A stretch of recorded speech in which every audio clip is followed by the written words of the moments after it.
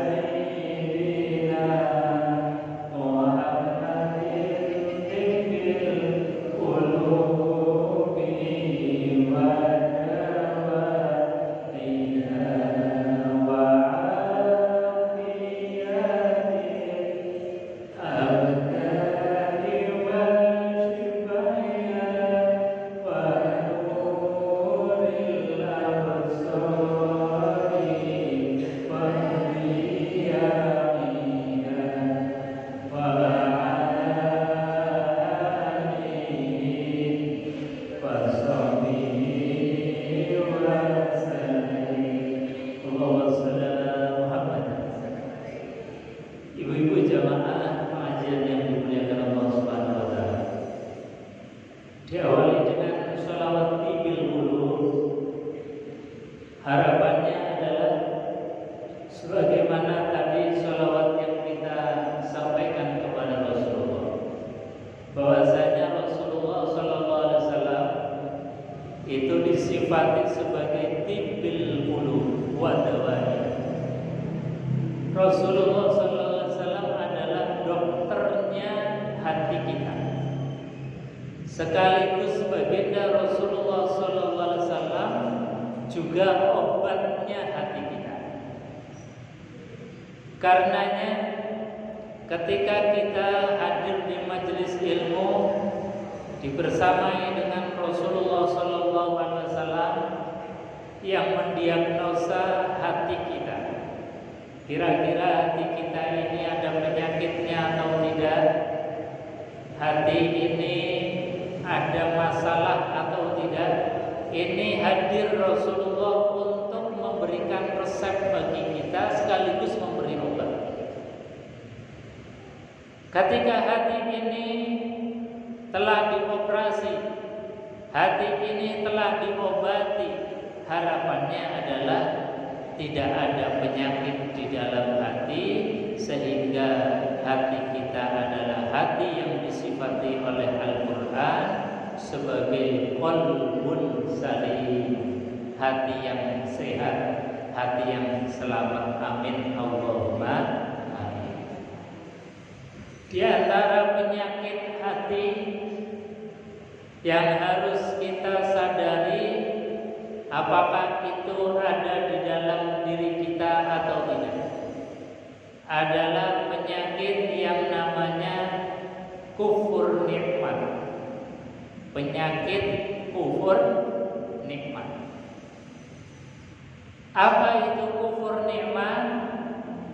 Kufur nikmat adalah ketika kita diberikan oleh Allah Subhanahu wa taala nikmat yang banyak. Kita diberikan oleh Allah nikmat dari yang kecil sampai yang paling besar. Nikmat yang kasat mata maupun nikmat yang kita nggak bisa lihat, itu semuanya adalah berkat rahmat karunia dari Allah Subhanahu wa taala. Makanya nikmat yang Allah berikan kepada kita hari ini saja, kira-kira ibu-ibu bisa ngitung nggak? Yang hari ini kita rasakan, sejak dari bangun tidur sampai kita sekarang duduk di Masjid At-Taqwa, kira-kira ada yang bisa ngitung nikmat yang sudah Allah berikan kepada kita? Enggak ada. Bahkan Quran memang sudah mengatakan wa in ta'uddu ni'matallahi la tuhsuha. Andai kata kita ini mau coba-coba ngitung, mengkalkulasi, coba-coba hitung apa yang Allah telah berikan kepada kita, kata Quran la tuhsuha, tidak akan mungkin untuk kita bisa menghitungnya, meskipun dengan alat tercanggih sekali. Itu baru satu hari, belum sejak kita itu berada di alam rahim ibu kita sampai lahir sampai sekarang. Ada yang sudah 50 tahun, 60 tahun, 70 tahun dapat nikmat dari Allah Subhanahu wa taala yang tidak terhingga itu. Kok kemudian kita tidak berterima kasih kepada Allah Subhanahu wa taala? Rasanya betul-betul kita menjadi orang yang kufur nikmat. Dan kufur nikmat ini termasuk bagian orang yang disebut sebagai kafir. Jadi hati-hati, kafir itu tidak hanya bagi orang yang tidak percaya Allah. Kafir itu bukan hanya yang tidak percaya terhadap Rasulullah, yang tidak percaya kepada Al-Quran saja. Karena gradasi tingkatan kafir itu dari yang paling rendah sampai yang paling tinggi, dari yang paling tipis sampai yang paling tebal, itu ada tingkatan kekafiran. Tentu kekafiran yang paling tinggi adalah kekafiran yang tidak percaya kepada Allah, kekafiran yang tidak percaya kepada Rasulullah, kekafiran yang tidak percaya terhadap Al-Qur'anul Karim. Itu puncak daripada puncak kekafiran yang disebut oleh Allah, khatamallahu ala qulubihim wa ala sam'ihim wa ala absarihim ghishawatun wa lahum adzabun adzim. Orang yang dalam puncak kekafirannya langsung dikunci mati oleh Allah, hatinya dikunci, pendengarannya dikunci, lisannya dikunci oleh Allah Subhanahu wa taala. Sehingga orang yang dalam keadaan seperti ini, am lam tundirhum la yu'minun, dikasih hati, ia masuk telinga kanan, keluar telinga kiri. Ngaji, mendapatkan pencerahan, mendapatkan masukan, belas gak ada manfaat faedahnya. Ini orang yang sudah dalam keadaan kafir dalam tingkat tinggi, puncak daripada puncak kekafiran. Nah, ini yang disebut sebagai orang yang kekal di dalam neraka abadan, khalidina fiha abadan. Orang yang kekal di dalam neraka abadan, untuk selama. Nah, gradasi yang paling rendah, kalau tadi yang paling ekstrim, paling tinggi, ini ada tingkat kekafiran yang paling rendah dan bisa menjangkiti siapa saja, termasuk orang yang beriman. Muslim pun, iman pun, kalau kemudian punya penyakit yang namanya kufur nikmat, ini dicap oleh Allah Subhanahu wa taala termasuk orang yang kafir. Kalau dalam bahasa kita sekarang disebut kufur nikmat. Jadi disebut sebagai kufur nikmat. Artinya kafir terhadap nikmat yang Allah berikan, seolah-olah nikmat yang kita rasakan, harta yang kita rasakan, badan yang kita setiap hari ini bisa berjalan kemana-mana, seolah-olah tidak ada kaitannya dengan Allah. Ini namanya kufur. Jadi kufur itu adalah menutup diri. Jadi kafaro itu bahasa Arabnya. Kalau bahasa Inggrisnya cover, penutup. Jadi orang yang menutup diri dari nikmat Allah Subhanahu wa taala, seolah nikmat ini hasil jeripayahnya kita. Harta yang kita manfaatkan, kita nikmati itu seolah-olah hasil daripada pikiran kita, kerja keras kita, banting tulangnya kita dari pagi sampai sore sampai malam, seolah-olah tidak ada kaitannya dengan Allah Subhanahu wa taala. Orang yang semacam ini disebut sebagai kufur nikmat. Jadi nutup diri dari Allah Subhanahu wa taala. Dan ini bahaya juga. Ini juga bagian orang yang disebut sebagai orang yang tidak mau berterima kasih kepada Allah Subhanahu wa taala. Jadi hati-hati, baik kafir dalam tingkat terendah, apalagi kafir dalam tingkatan yang paling tinggi. Ibu-ibu jamaah pengajian yang dimuliakan Allah. Lalu bagaimana caranya agar kita termasuk min jumlatis syakirin, golongan orang-orang yang ahli syukur? Bagaimana caranya supaya kita masuk dalam golongannya orang-orang yang ahli berterima kasih? Ini ada banyak hal yang diajarkan oleh baginda Rasulullah. Paling gampang pertama adalah bil lisan, dengan ucapan kita. Bagaimana ucapan kita? Dengan lisan kita Kata Rasulullah sallallahu alaihi wasallam, basahi lisanmu, bibirmu, mulut kita ini dengan ucapan hamdalah, alhamdulillah. Jadi biasakan basahi lisan kita, jangan pernah kering lisan kita ini dari ucapan alhamdulillah. Dalam keadaan apapun. Jadi sekali lagi, dalam keadaan apapun jangan lepas kalimat itu dari lisan kita. Dalam keadaan senang ya alhamdulillah. Dalam keadaan kita susah juga tetap alhamdulillah. Itu namanya orang yang syukur terus. Dalam keadaan kita banyak harta, juga lisan kita tetap mengucapkan alhamdulillah. Dalam keadaan sempit ekonomi juga tidak pernah berhusnuzon kepada Allah, bersuudzon kepada Allah Subhanahu wa taala bahwa semuanya itu adalah baik untuk kita. Nah, ini bilisan. Jadi lisan kita senantiasa mengucapkan kalimat alhamdulillah. Ibu-ibu jamaah yang dimuliakan Allah Subhanahu wa taala. Maka saking pentingnya ucapan alhamdulillah ini yang kadang-kadang kita lupa.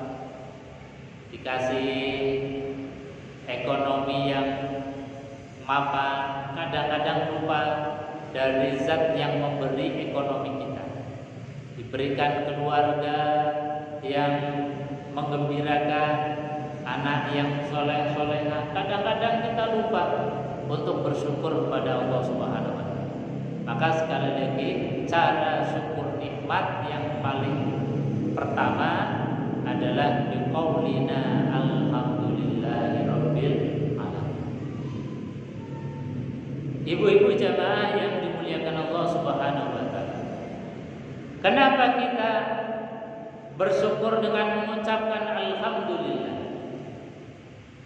Karena alhamdulillah ini adalah sesuatu yang pertama kali tampak, sesuatu yang paling bisa dilihat. Ini kalimat. Kalau kalimat yang kita ucapkan alhamdulillah, itu artinya kita ridho terhadap keputusannya Allah Subhanahu wa taala. Jadi kalau kita mengucapkan alhamdulillah, artinya kita ridho, kita rela terhadap keputusannya Allah Subhanahu wa taala. Meskipun nuwun sewu, hari ini misalnya kita diberikan oleh Allah Subhanahu wa taala keputusan takdir sakit misalnya. Kok lisan kita bisa mengucapkan alhamdulillah, ya Allah alhamdulillah. Dengan sakit aku semakin banyak istighfar ya Allah. Dengan sakit, kata baginda Rasulullah sallallahu alaihi wasallam, sebagai kafarat min jami'i dzunub, penutup dari dosa-dosa kita. Dengan sakit, maka irfa'u darajat, derajatnya kita itu dinaikkan oleh Allah Subhanahu wa taala. Makanya kemudian tidak ada kalimat lain kecuali alhamdulillah. Alhamdulillah itu maknanya dalam keadaan kita sakit, artinya rela terhadap keputusannya Allah, rela terhadap takdirnya Allah yang diberikan kepada kita. Karena ini urusannya akidah. Dalam rukun iman ada berapa, Bu? Ada 6. Pertama apa?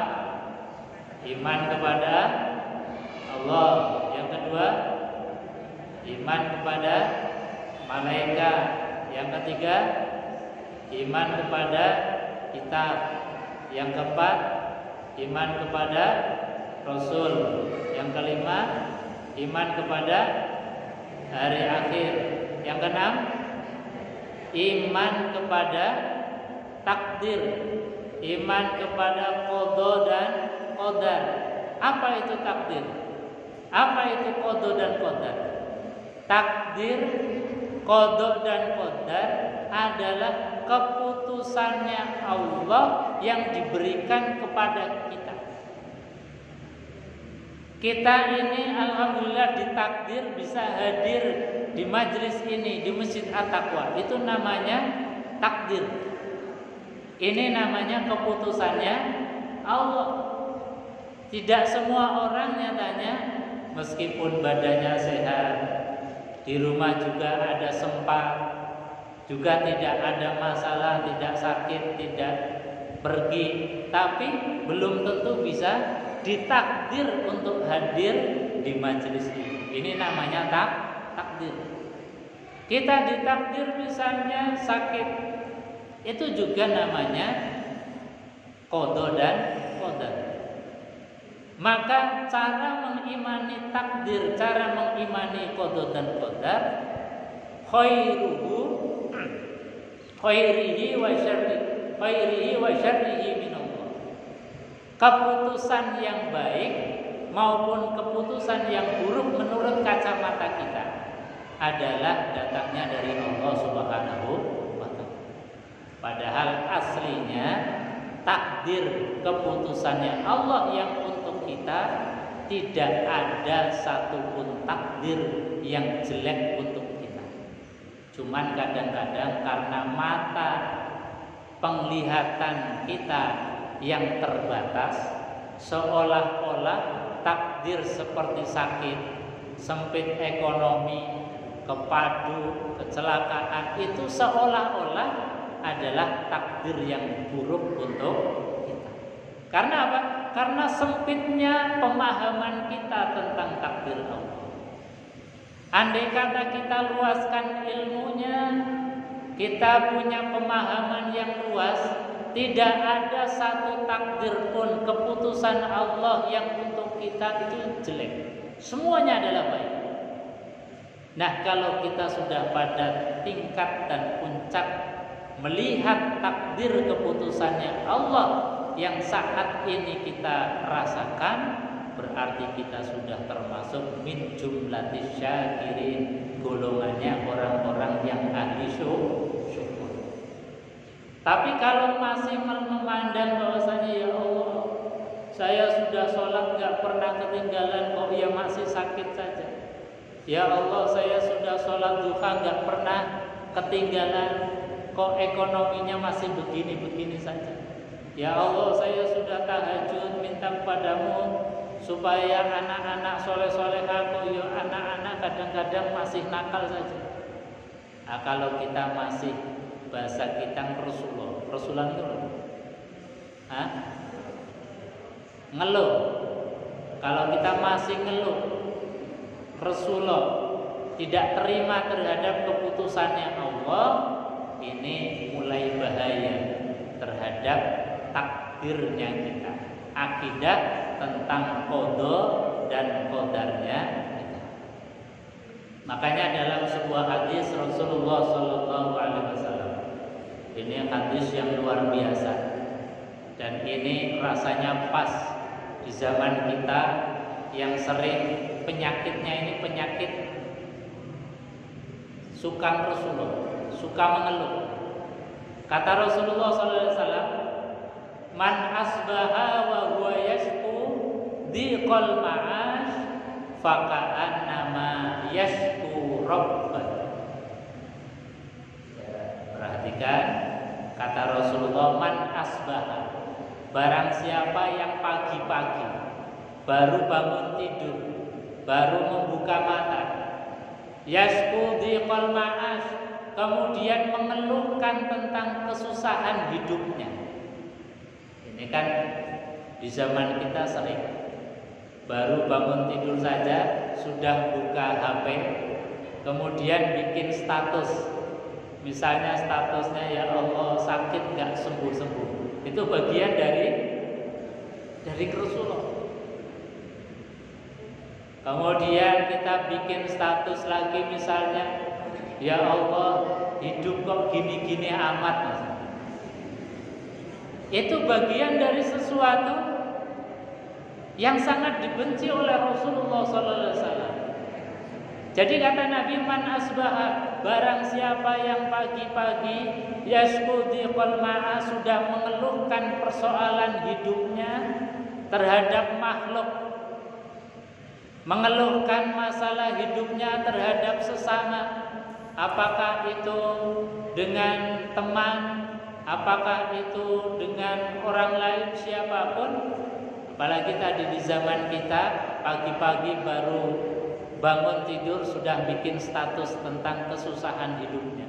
Maka kata Rasulullah, orang yang semacam ini fakaan nama yashku rabbah, seakan-akan dia mentersangkakan Allah Subhanahu wa ta'ala, seakan-akan dia tidak terima terhadap takdirnya Allah. Maka apa yang harus kita lakukan? Yang harus kita lakukan sebagaimana yang diajarkan oleh baginda Rasulullah Sallallahu Alaihi Wasallam, bangun tidur kalimat yang pertama adalah Alhamdulillahilladzi ahyana ba'dama amatana wa ilaihin nusyur. Kalimat pertama sebelum kita ngomong apa-apa, sebelum kita beraktivitas apapun, syukurilah, alhamdulillah, segala puji bagi Allah, alladzi ahyana ba'dama amatana, yang telah menghidupkan kita lagi setelah kematian sementara kita. Jadi tidur itu sebetulnya mati, latihan mati. Maka ketika kita bisa membuka mata lagi, bisa bangun lagi, itu rasanya sebuah nikmat yang tiada terhingga. Cuman karena saking biasanya kita bangun tidur, seolah-olah bangun tidur itu aktivitas yang rutin, aktivitas biasa, sehingga apa?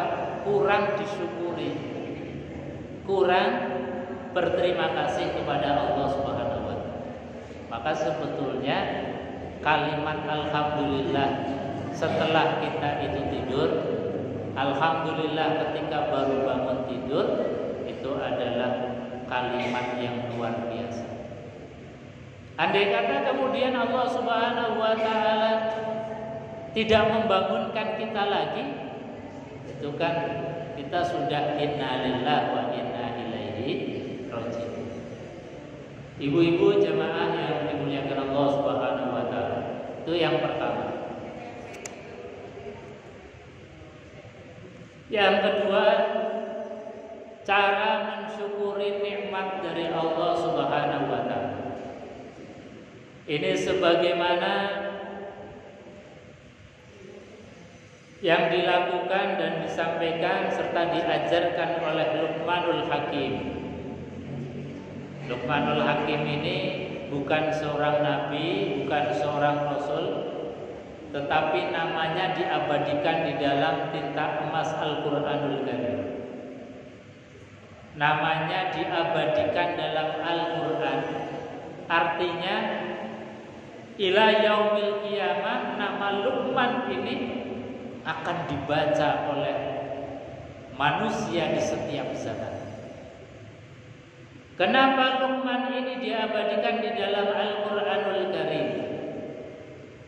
Karena nasihatnya Luqman ini yang menjadi spektakuler, yang menjadi pelajaran bagi kita. Kata Luqman, walaqad ataina Luqmanal hikmata an yashkur lillah wa may yashkur fa innama yashkuru li nafsi wa man kafara fa innallaha ghaniyyun hamid. Jadi Allah memberikan hikmah terhadap Luqman agar bersyukur kepada Allah Subhanahu wa ta'ala. Karena apa?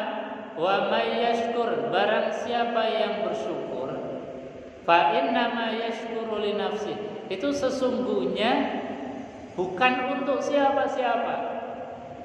Ketika kita mengucapkan alhamdulillah, maka kalimat pujian kepada Allah bukan untuk memuliakan Allah, karena Allah tanpa kita memuji pun zat yang maha terpuji. Ketika kita bersyukur kepada Allah bukan untuk kepentingannya Allah, Allah nggak ada kepentingan sama sekali. Kita memuji atau tidak, Allah tidak semakin tinggi derajatnya. Ketika kita tidak bersyukur kepada Allah pun derajatnya Allah tidak menjadi rendah. Tetapi fa innama yashkuru li nafsi, ketika lisan kita mengucapkan alhamdulillah, itu sebetulnya alhamdulillah itu akan kembali kepada diri kita sendiri. Pujiannya akan kembali kepada diri kita. Artinya apa? Orang yang bersyukur, orang yang senantiasa mengucapkan alhamdulillah, derajatnya semakin tinggi, semakin terpuji, semakin tinggi, semakin terpuji. Itu terus semakin banyak kita mengucapkan alhamdulillah, maka derajat kita di mata Allah semakin tinggi. Ini bagi orang-orang yang senantiasa lisannya basah dengan kalimat alhamdulillah. Wa wasainal insana biwalidayhi hamalathu ummuhu wahnan ala wahnin wa fisaluhu fi 'amain an ishkur li wa liwalidayhi. Jadi yang pertama, kita ini kata Luqman Al-Hakim harus berterima kasih kepada Allah Subhanahu wa taala. Yang kedua, harus berterima kasih matur nuwun kepada orang tua kita.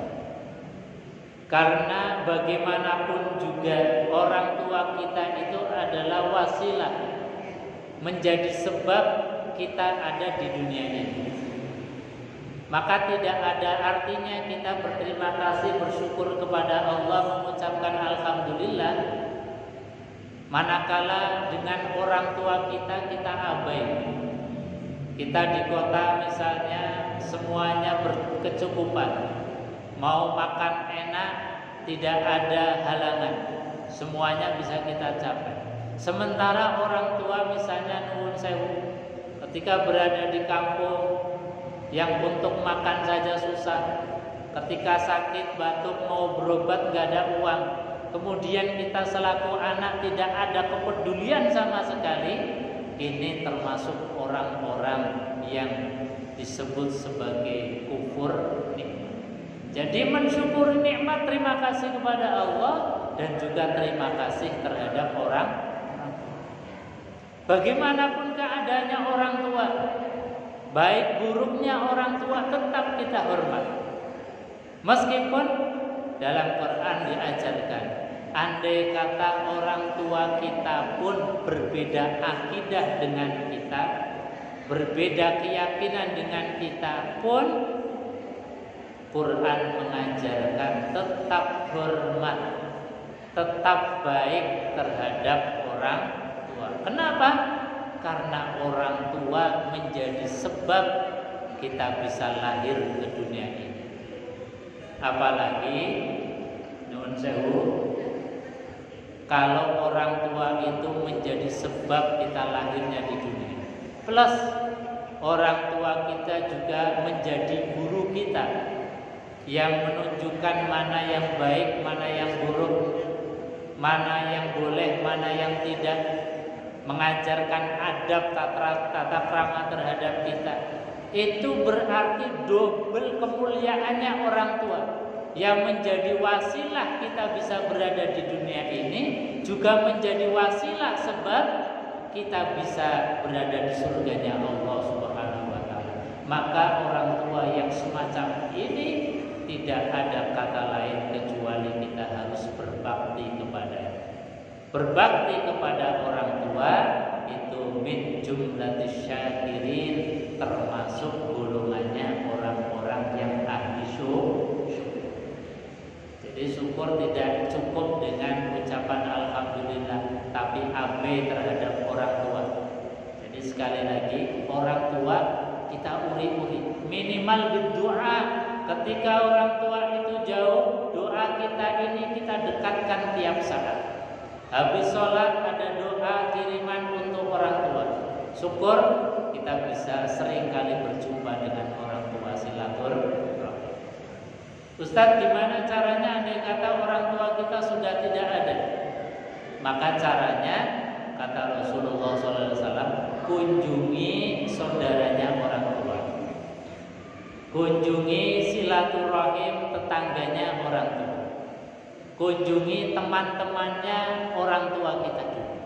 Kata Nabi, siapa saja yang bersilaturahim dengan saudara, tetangga, koleganya orang tua, meskipun orang tua sudah berada di alam barzah, kata Nabi, sama persis ketika kita berkunjung bersilaturahim seperti orang tua masih dalam keadaan hidup. Jadi sekali lagi, ayo kita terus menerus untuk selalu berbakti kepada orang tua, karena ini bagian dari rasa syukur kita kepada Allah Subhanahu wa ta'ala. Ibu-ibu jamaah yang dimuliakan Allah, ini jam 9 ya.